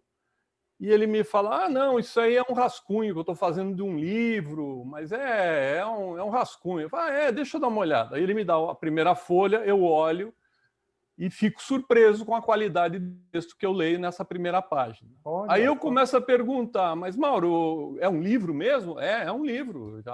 Mas você já está terminado? Está quase pronto, só falta arrematar algumas coisas. Era uma obra sobre a Inglaterra do século XVII. Uau! E ele nunca tinha saído do Brasil. E ele fez uma pesquisa histórica Deve ter sido fantástica. uma pesquisa Uma obra de monstruosa, né? ficção espetacular. Bom, eu falei, Mauro, você tem que fazer isso virar livro. Não, mas como? Eu não conheço editor, eu não conheço ninguém. Isso aqui é para o meu prazer, porque eu gosto de fazer isso nas horas vagas, Que né? coisa interessante. Mas eu fiquei insistindo tanto com ele e falei, Mauro, inscreve esse teu texto em algum concurso. Tem vários concursos. Bom, em resumo, ele inscreveu o livro num concurso, o livro ganhou um concurso literário em Goiás e Uau! conquistou 1.000 exemplares pelo Instituto Goiano do Livro. Que massa! Aí, o que aconteceu foi que depois desse, ele escreveu mais um, ele fez um livro sobre a Batalha de Poitiers. A batalha que decidiu o destino do mundo entre o mundo ocidental e os muçulmanos naquela determinada época, histórico, e fez um livro, e por incrível que pareça, ele escreveu esse livro no mesmo concurso anos depois e ganhou de novo. Danou-se. Depois disso, ele se entusiasmou e ele tomou a iniciativa de entrar em contato com a Editora. retaguarda do programa do Jô Soares. Ah, sim, sim. Bom, ele foi convidado para dar entrevista. Só que ele é um coordenador de tráfego aéreo. Ele trabalhava na Infraero naquela ocasião. E o Jô não só entrevistou esse meu amigo com os livros dele, mas ele criou um ambiente onde, como você tem esse tabuleiro aí atrás de você, ele colocou uma estação de controle de tráfego aéreo. Ah, gostei. Foi maravilhosa a entrevista, percebe? Quer dizer, tudo por conta de um contato fortuito e um pequeno estímulo. Todo o resto quem fez foi ele, entendeu? Ele é o detentor de todos os méritos, mas se não fosse eu, provavelmente ele ia dar o estalo em algum momento e iria fazer. Eu tenho a felicidade de ter participado desse momento, sabe? Do aham, dá para fazer, confia em você, vai à frente, vai lá. Bom, esse foi o primeiro caso. O segundo caso é exatamente a mesma coisa com o Henrique Marinho. O Henrique Marinho é um colega da Receita Federal. Ele trabalhou na Receita Federal. Ele é da Receita, é isso mesmo. Ele deixou medicina para fazer da Receita, exatamente. É isso mesmo. Mas eu já conversava com ele sobre xadrez há muitos anos, e ele sempre muito, assim, pesquisador.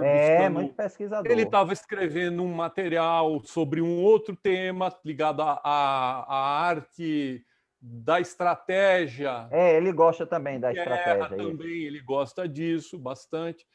Mas um dia ele me mostra uns materiais que ele tinha escrito sobre esse tema que ele pôs no livro das maiorias qualitativas, que já era um tema mais técnico ligado diretamente ao xadrez.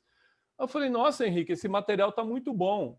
Ele falou, não, mas é muito complicado, esse é um tema denso. Eu falei, não, mas está ótimo. Se você não encontrar muita gente que se interesse por isso no Brasil, no exterior, você vai ter público também. Com certeza, com certeza.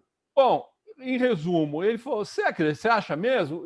Então vou fazer, vou aprofundar esse livro. E ele continuou escrevendo esse segundo. Ele tinha um foco principal, mas ele deixou aquele foco para continuar esse trabalho. Quando esse trabalho chegou num determinado ponto, quase já concluído, eu conversando com ele, eu falei, Henrique, eu vou procurar uma editora. Porque eu conheci... ele falou de você, fui eu que esqueci. Eu conhecia os donos da Ibrasa. Como é Ibrasa, né? Ibrasa, parece. E aí eu liguei para lá, falei, olha, eu tenho assim um amigo assim assado que está escrevendo um livro que é muito bom, vocês não têm interesse em ver? Aí eu levei o Henrique lá. E o Henrique, conversando com eles, acertou publicar o livro. Poxa, que Quer dizer, massa, aí Fulvio. ele ainda teve uma dificuldade para finalizar, porque não estava concluído, e aí você percebe, uma editora tem um cronograma, É, né? tem Tem um prazo, tudo, cronograma, né? ela não tem um único livro para editar, tem Isso, dezenas. exatamente. Então, eles combinaram entre eles uma data, mas o Henrique teve uma certa dificuldade, eles começaram a pressionar. O Henrique ficava assim. Mas no final saiu o livro, e aí foi assim maravilhoso. O Henrique, inclusive, ele tão feliz que ficou, ele fez o lançamento desse livro num shopping em Curitiba e colocou lá um quarteto para tocar música clássica, uma coisa assim Que massa, sofisticada, que de alto massa. nível, que foi emocionante. Eu fiquei assim feliz de ver que, veja, ele tinha tudo, tudo. Foi só falar, não, vamos publicar. É só um Ele, pequeno ele ajuste que você deu acreditou, ali, ele já voou, né? ele me agradece, mas eu não fiz nada. Eu passei para ele o contato da editora, o resto ele fez. E o livro tem aquele mérito que eu tinha vislumbrado, que a coisa é mais ou menos assim. A gente, quando É. escreve, a gente fica em dúvida se o nosso material tá bom. A gente tem um A gente senso crítico precisa de interação muito sempre, né, forte, Filgut? entende? Precisa, Então, né? eu mesmo, nos meus livros, quando eu fui submetê-los à ArtMed, que me procurou, né, o senhor Henrique Kipperman, que já é falecido, mas ele era o dono da editora Artes Médicas, ele que me procurou, perguntando se eu não poderia fazer uma série de livros de xadrez, porque ele sabia que eu já estava escrevendo. E aí foi uma maravilha, imagina, eu querendo fazer e E sou Arquimedes procurado. é alto nível a qualidade dos Agora livros. virou um grupo com 4 editoras, Grupo Penso, né? Em Entendi. Grupo A, né? O nome do grupo é Grupo A. Eu também tinha esse receio de não estar à altura do trabalho final, mas eu tive um apoio tão grande na editora que me propiciou fazer, e eles me ajudaram, corrigiram aquilo que foi necessário.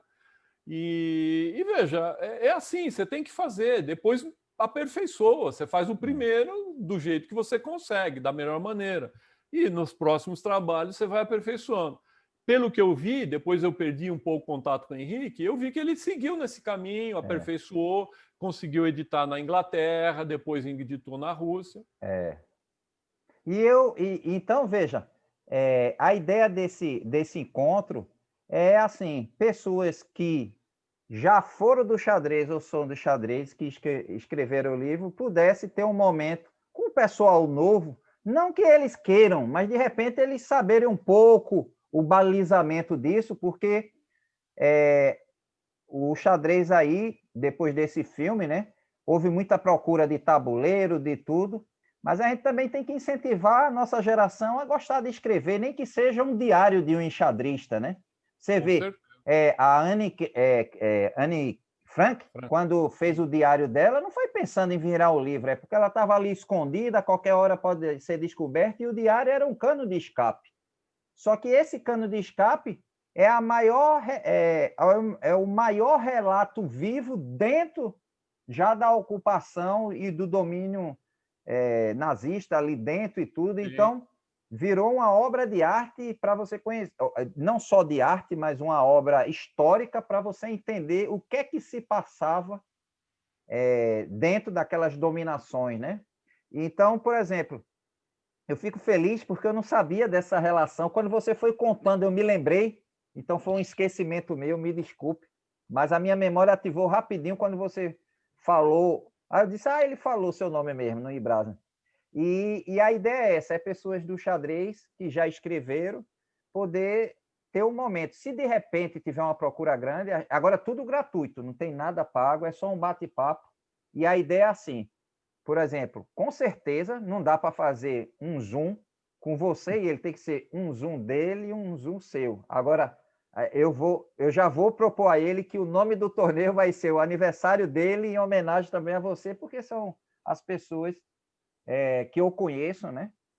Mais experiente nessa parte de livro e com leitura diversificada.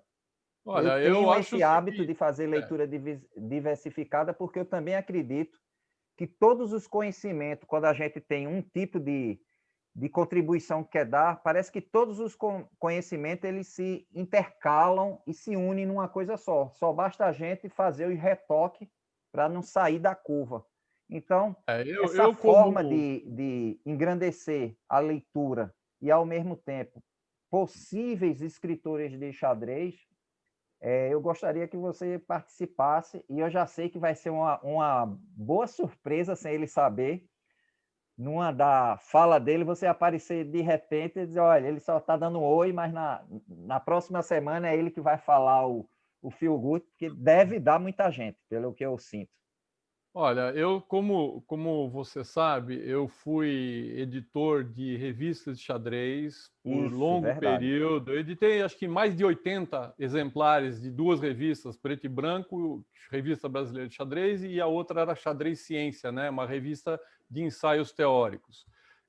Publiquei boletins de vários torneios, fiz até ajudei a publicar um pequeno livro do Damaris Haddad sobre o John Nunn, que era uma paixão dele, ele queria fazer o livro, ele me procurou, a gente fez esse livro.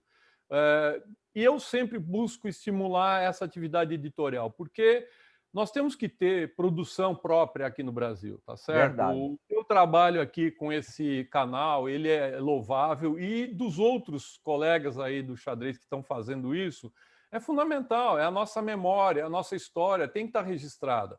Eu, infelizmente, quando estava na ativa fazendo isso, os recursos que estavam disponíveis eram ínfimos. Eu não tinha recursos, não tinha nem recursos financeiros e nem recursos tecnológicos.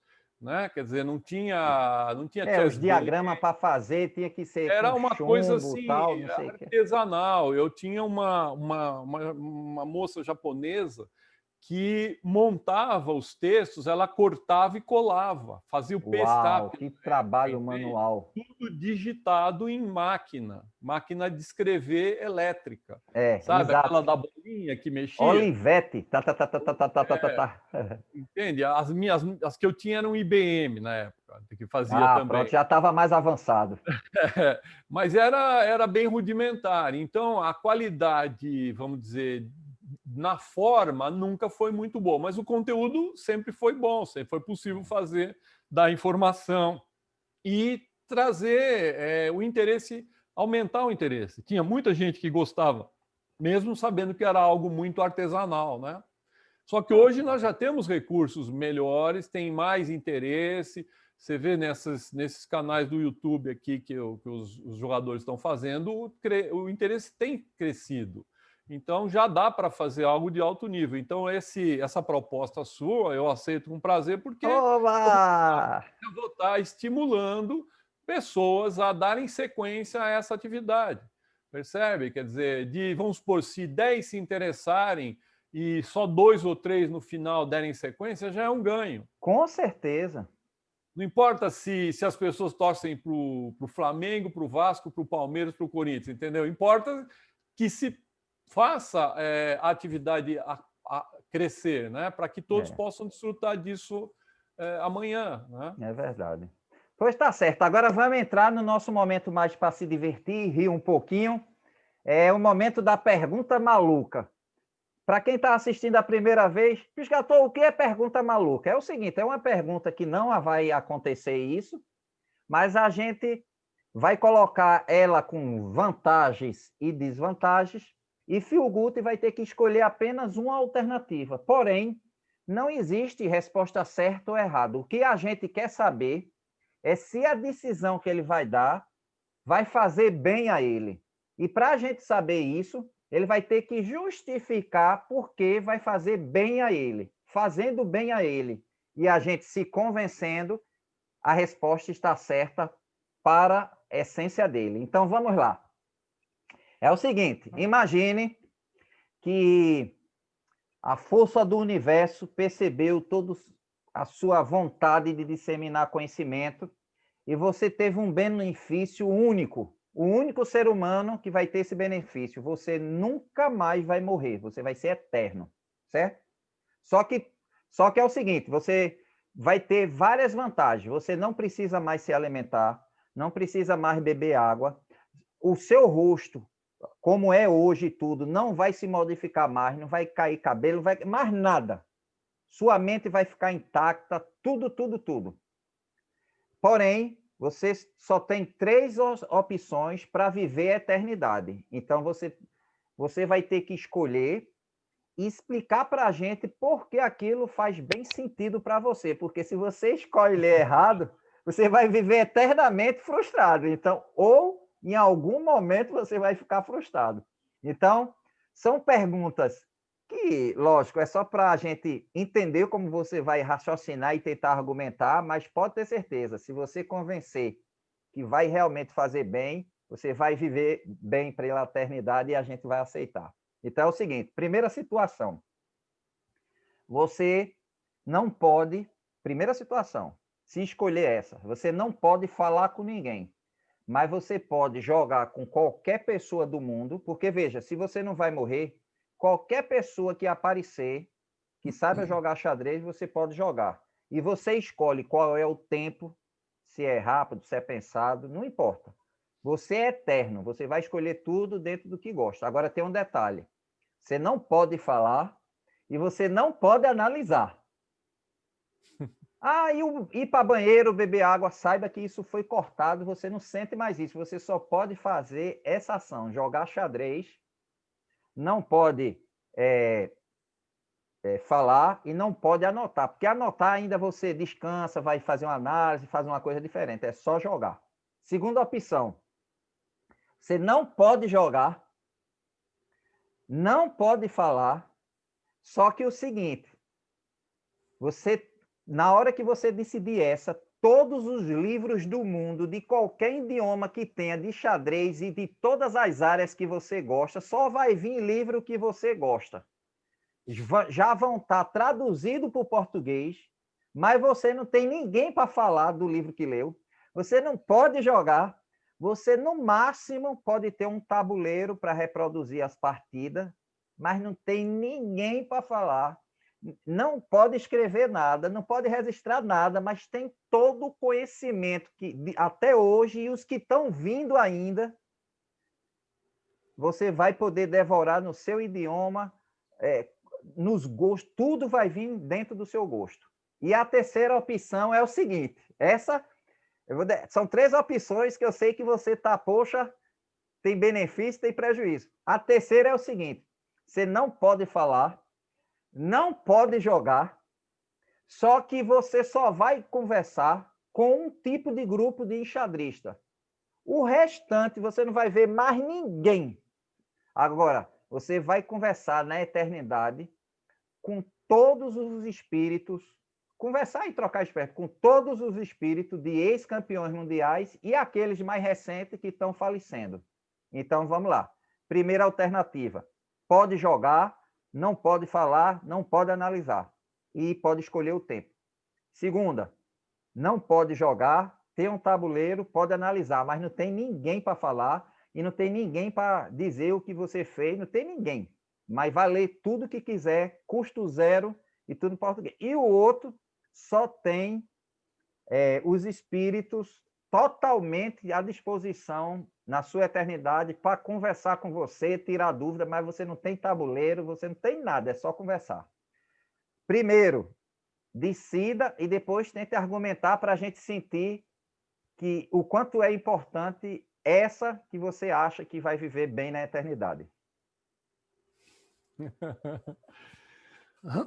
Bom, eu não sei se eu vou te frustrar. Não, Mas aqui não tem expectativa de certo e errado, não. A gente quer ver seu bem-estar, certo? O importante agora, todo mundo já sabe a brincadeira, é seu bem-estar. Você tem que provar que faz bem para você. Eu não tenho dificuldade nenhuma em responder, porque o meu sentimento, o meu sentido de vida está, vamos dizer, interligado a, vamos dizer, essa questão de humanidade, do convívio e de interação, entende? Quer dizer, nos 2 primeiros eu não vou ter interação com ninguém, não vou fazer nada, só vou jogar e reproduzir. Isso, para mim, é nada. Agora, o último é extremamente interessante, porque eu vou estar em contato com os grandes nomes da história do xadrez, vou poder conversar com eles, ver como é que eles são, ver como é que eles chegaram a fazer o que fizeram, enfim, vai ser extremamente interessante e enriquecedor. Então, a terceira opção, disparadamente... Tá certo, convenceu, convenceu, convenceu. Então, pessoal, não tem resposta certa e errada, quem já acompanha o canal sabe, mas isso é que é o importante. Por exemplo, veja como é interessante. Quando eu perguntei a Milos, ele disse que preferia o livro. Aí eu disse, eu também prefiro, porque como eu falo com muita gente, eu acho que ninguém vai me aturar mais, não. Mas o problema de quem lê o livro é querer falar. E como não pode falar, a gente sofre. Então tem esse lado ruim também. Mas parabéns aí, Filguti, pela o deslocamento, assim, de sair um pouco para uma brincadeira, uma reflexão. Na verdade, aqui não é para julgar ninguém, é só para a gente sentir mais um pouco a sua essência, porque a nossa entrevista também tem esse objetivo, poder passar assim o seu verdadeiro eu, né? Porque nós temos o eu pai, o eu filho, o eu ser, o eu cidadão, o Filguti trabalhador, né? E às vezes, de cada momento, a gente tem um tipo de ser, mas as nossas essências são mais fortes, né? E é nesse momento que a gente vê. E agora vem o momento do checkmate emocional. E antes do checkmate emocional, que é uma mensagem, se você quiser comentar alguma coisa do canal e tudo, fica à vontade. Mas já quero lhe agradecer pelo tempo. Eu não sei quanto tempo foi, mas que está muito agradável, tá? E muito obrigado. Muito obrigado por aceitar o convite. Eu tenho certeza que Marinho vai ficar muito contente. E eu tenho certeza que o xadrez brasileiro, que vai estar assistindo daqui a muitos anos, quando a gente não estiver aqui, eles dizerem, foi esses aí, né, o Piscator e tal, que começou a incentivar mais gente a escrever e tudo. Então, isso que seja de lição para as pessoas, quando vocês estiverem na idade da gente, porque Piscator também não é da época do dilúvio, mas já está pisando na laminha tal. Então, a gente tem que deixar alguma coisa para a geração entender que o importante é saber que a história não é coisa passada, coisa velha, mas é você saber como começou e como deve continuar melhorando aquilo que começou. Então, agora é o momento da sua mensagem, onde você se despede com a sua mensagem, com o seu comentário. Esse momento é um momento muito seu, com o público. Pode ser uma mensagem universal, espiritual, por xadrez, ou de vida, né? Porque você já passou por tantas decisões e transformações e continua verdadeiro e de bem com o seu verdadeiro eu, que isso é muito importante. Então, está com a palavra agora, Rubem Filguti, mestre internacional, a sua mensagem. Pode ter uma historinha dentro? Pode, claro, você é que manda. Então, Piscator, primeiro dizer que uma palavra simboliza a mensagem, a palavra é gratidão. Mas é gratidão num sentido muito amplo, tá? Então, principalmente pelo fato de você ser de onde eu preciso deixar esse registro que provavelmente os melhores momentos que eu tive no xadrez em território nacional foram aí na tua terra. Que coisa boa. Porque eu tive o Campeonato Brasileiro disputado em Garanhuns, eu fiquei a 10 sim, me lembro. A 10 milésimos no Hotel do Tavares Correia. Tavares Correia. Eu chorei porque eu não podia ir, que era pequeno. Na Suíça brasileira, né? Exatamente. Então, um lugar maravilhoso que foi proporcionado pelo Dr. Tavares, né? E onde eu tive um desempenho muito bom, consegui ficar em primeiro junto com o Milos e perdi por 10 milésimos. Mas vice-campeão também é campeão, então para mim foi a consagração. Teve um outro torneio também, acho que um ano antes ou um ano depois, agora não me lembro, que foi um pré-zonal sul-americano, onde valia acho que 4 vagas para jogar o sul-americano, e eu tive uma performance espetacular, ganhei o torneio, esse eu ganhei, e onde estavam todos, né? Milo, Sunier, Herman, Helder, Rocha, Segal, Trois. Inclusive, você, nesses 2 torneios, tinha participando Eduardo Asfora, Luiz Tavares. Tavares, entendeu?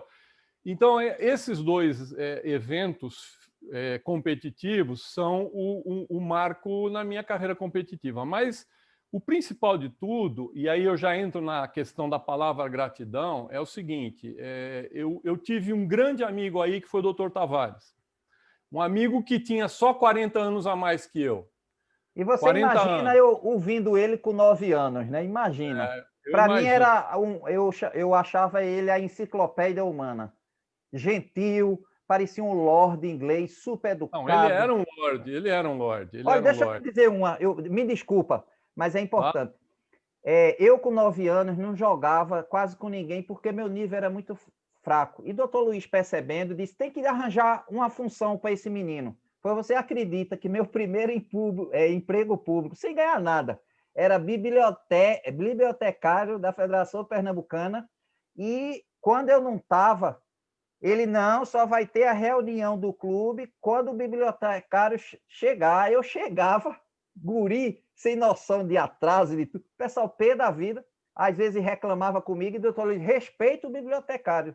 Então, aquilo, eu nunca vi uma pessoa ser tão carinhosa e tão educada quando eu tinha 9 anos, numa função de cargo público, que até hoje, quando alguém tem um cargo na federação, na confederação, quem já for, eu tenho um respeito por causa desse aprendizado exemplar, de ser visto. Então, eu concordo com você, eu e você, a gente tem uma ligação muito forte com pessoas assim. Mas desculpa, pelo amor de Deus, Não, desculpa, eu tudo não bem, podia mas deixar de veja, passar. o Dr. Tavares,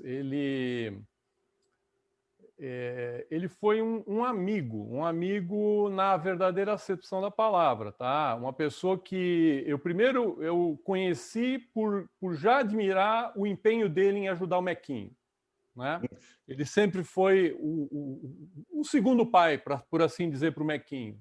Às vezes até mesmo o primeiro pai. Uma pessoa que deu tudo que pôde em termos de esforço pessoal, de contatos, para proporcionar ao Mequinho aquilo que o Mequinho merecia mesmo, porque é um jogador excepcional, o grande enxadrista brasileiro de todos os tempos, na minha opinião. E o Dr. Tavares, a partir do momento que eu comecei a ter uma certa intimidade, porque jogamos um torneio lá em São Paulo, um torneio do clube de xadrez, jogamos uma partida, fomos comer uma pizza depois, enfim. A partir de certo momento, o Dr. Tavares, ele sempre ia para São Paulo para jogar o seu xadrezinho, para conviver nos grandes torneios. E muitas vezes ele me chamava para a gente jogar, até mesmo no hotel aconteceu, de jogar um pouco de xadrez relâmpago com ele, e para jantar e para conversar. E aí foi se desenvolvendo essa amizade, e depois, quando eu comecei a jogar torneios internacionais, ele começou a também frequentar alguns desses torneios. Eu me lembro, por exemplo, de um torneio em Las Palmas e Gran Canária, em que a gente estava na capital, em Las Palmas, e eu aluguei um carrinho, mas combinado com ele, juntos, eu e ele, um Fiat 157 ou 147, sabe aquele caixotinho? E a gente pegava aquele carrinho umas 6h30 da tarde e cruzava a ilha e íamos jantar no cassino, Eram às os 8, 9 da noite. aventureiros. Era maravilhoso, entende? E aí, Pô, de que manhã, sensação de liberdade, hein? Boa íamos companhia e viajando. íamos para a praia, naqueles balneários cheios de alemães, né? E ficávamos conversando sobre xadrez, sobre as histórias que ele me contava. Muita gente não sabe, não tem noção de quem é o Dr. Tavares, É quem era verdade. fora do xadrez.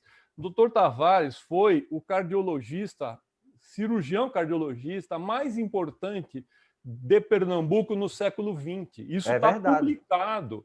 Ele trazia novidades, como se fossem novidades teóricas, mas para a medicina, ele trazia de Londres. Ele ia lá, buscava bisturis novos, equipamentos, e ele Inclusive, uma vez me chamou para mostrar que ele tinha os bisturi quando ele trouxe e disse que era uma levava. confusão, que o pessoal não conhecia, achava que era coisa de armamento, não sei o que e tal.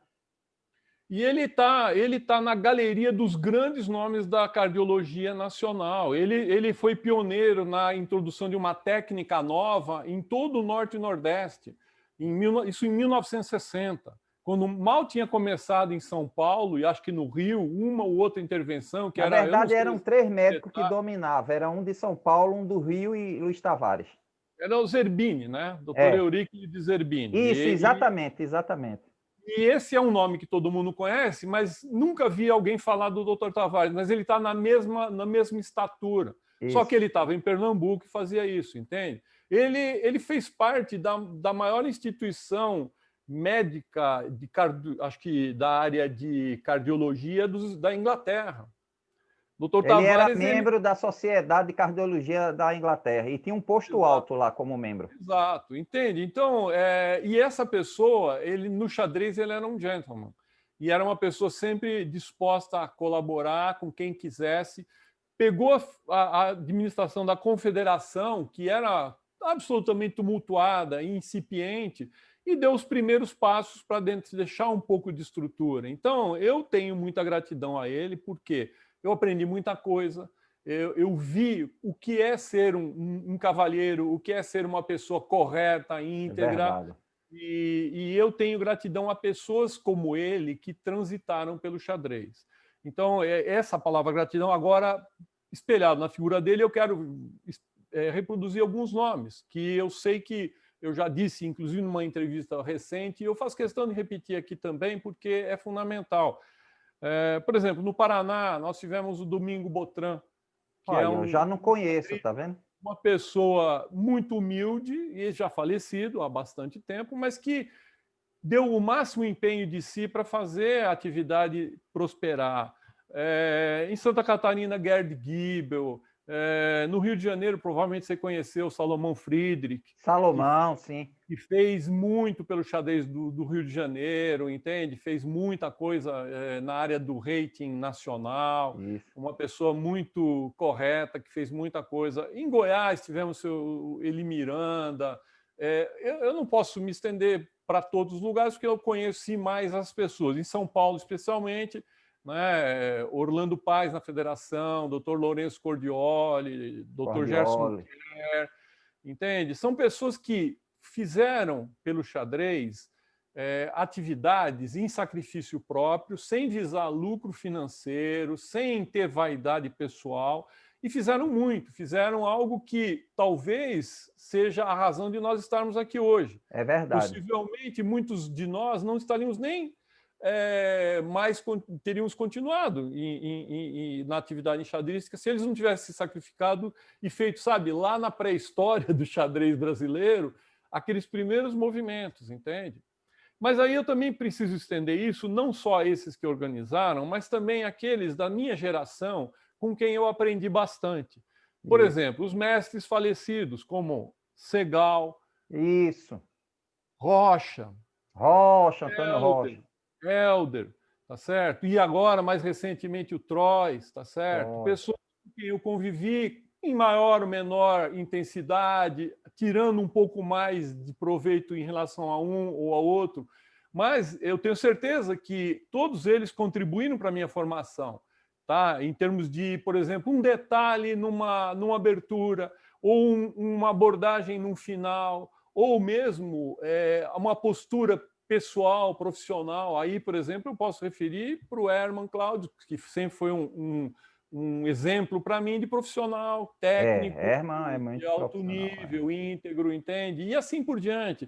Eu tenho também Cícero Braga, que é um excelente companheiro que me acompanhou por muitos anos, aprendi muito com ele. Tem um episódio, talvez o evento de xadrez que mais orgulho me deu foi um que eu participei, mas quem ganhou foi o Cícero, que foi o American Open. Nós jogamos juntos no Los Angeles Hilton, em 1977. O Cícero perdeu, se não me engano, perdeu a primeira rodada. E eu, nas primeiras 5, empatei uma. Fomos jogando, ele foi ganhando todas, e era um evento que era o segundo mais importante dos torneios abertos americanos, com vários grandes mestres americanos jogando e alguns russos, né? E na penúltima rodada eu jogo com Anatoly Len, que era um ex-soviético, né? Fico ganho na partida, mas ele me enrola e eu acabo perdendo. E o Cícero conseguiu chegar no final e ele empatado com mais 2. Então ele vai jogar contra um desses dois e se eu tivesse ganho, estaria eu lá no pelotão. E o que acontece? O Cícero ganha a partida. Uau! Plena Califórnia, no torneio que é o palco lá dos americanos, e eu tive a minha chance e cheguei perto, ganhei um prêmio e ele ganha a partida e ganha o torneio. Uau! Você imagina 2 jogadores jovens que estavam lá para, sabe, conhecer o mundo, desbravar, né, conquistar o mundo e conseguir esse resultado. É uma coisa que me emocionou muito na época e sempre que eu me lembro é alguma coisa que me dá muito orgulho de ter vivido esse Claro. momento, e ainda mais com um amigo que estava lá e eu sei o quanto ele lutou, eu sei o quanto ele é talentoso, muito mais talentoso que eu, e conseguiu também ser mestre, entende? Então, são coisas assim que eu estou expressando de maneira geral o sentimento de gratidão que eu tenho por momentos maravilhosos que eu vivi. Entende? Então, as pessoas compuseram esse conhecimento todo que eu pude reunir. Por isso que eu te respondi na pergunta maluca essa questão, entende? Quer dizer, quem sabe, estando lá com esses campeões, eu posso aprender um pouquinho mais lá para a posteridade, né? Com É certeza. isso, Piscator. Muito Então, obrigado. muito parabéns aí pela mensagem. Literalmente é um deleite conversar com você. A sensação que a gente tem é que a gente viaja, voa. E eu imaginei ali 2 brasileiros ali no centro, nos Estados Unidos, um monte de grande mestre, um monte de russo, e vocês ali darem uma beliscada grande para o mundo se alertar que outra geração também chega, viu? É só uma questão de... E é verdade, são essas coisas que se eternizam, e para quem não entende, parece que é apenas só uma vitória, mas não sabe todo o simbolismo e toda a trajetória que se tem disso. Quando a gente fala de ter passeado junto com o Dr. Luiz, não sei o que, o pessoal não tem noção. Por exemplo, às vezes eu comprava um lanche, ia falar com o Dr. Luiz, ele começava a contar a história de Fischer e Spassky. Eu não sei se você sabe, foi ele que ajudou fazendo um intercâmbio entre o presidente da França de aceitar Spassky na naturalização, e ele literalmente fez umas páginas mostrando que o xadrez era também arte, que a França tem esse hábito de liberar o visto se for artista, né? Então, são coisas tão nobres e que, assim, não tem como mensurar em termos de quantidade, que só quem viveu pode dizer. Muitas vezes eu parava de comer e ficava olhando o Dr. Luiz, impressionado a forma... Parecia ele ele narrava a história de uma maneira impressionante, e quando ele ia chamar a atenção também era de uma maneira extremamente educada, que era impossível você contestar, por tanta educação e fineza.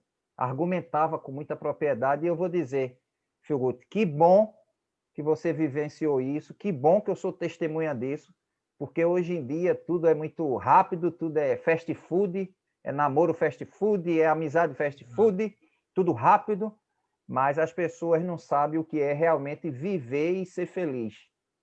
Olha, eu tenho inclusive, registro documental de alguns pequenos momentos em forma de cartas que eu troquei com o Dr. Tavares. Uau! Eu tenho algumas cartas que ele me mandou, eu mandei para ele outras, e tem, por exemplo, isso eu vou publicar num próximo livro, que é essa incrível. Ele me mandou uma vez, na época do livro do Mequinho, que eu escrevi o livro do Mequinho, ele me ajudou, intermediou, conversou com o Mequinho e me mandou o depoimento dele. Ele mandou, inclusive, uma caricatura feita por Arsênio Tavares, que era o Uau! pai dele. Uma pequena caricatura, bem assim, um rascunho de caricatura.